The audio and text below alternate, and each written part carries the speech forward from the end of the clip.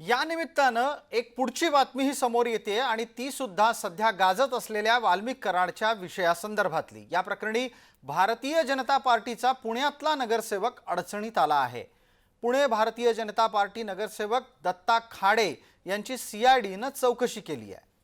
वाल्मिक कराड आणि दत्ता खाडे यांच्यामध्ये कोणत्याही प्रकारचे आर्थिक संबंध आहेत का याची चौकशी केली जाते।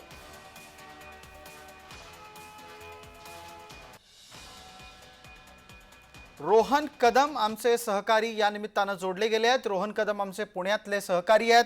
रोहन, आवाज येतोय? हो सर। दत्ता खाडे यांच्याशी तुमचं काय बोलणं झालं?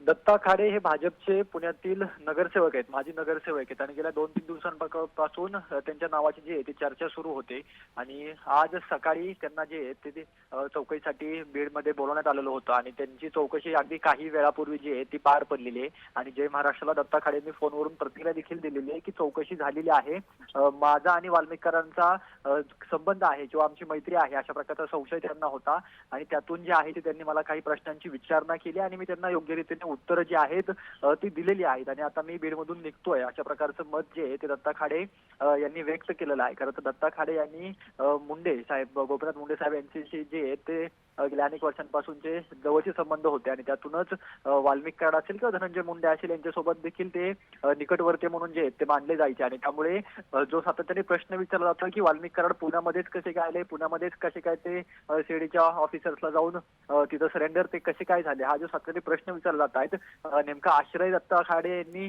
दिला आहे का अशा प्रकारचं जे ते मत या निमित्ताने आता सगळ्यांकडून व्यक्त केलं जातं। जी रोहन, आपण एक अत्यंत महत्त्वाचा मुद्दा उपस्थित केलात की वाल्मिक कराड हा नेमका पुण्यातच कसा काय शरण आला। या निमित्तानं सीआयडीला असा संशय वाटतो का की दत्ता खाडे यांच्या मदतीनं वाल्मिकनं पुण्यामध्ये शरण येण्याच्या साठीची योजना बनवली असावी?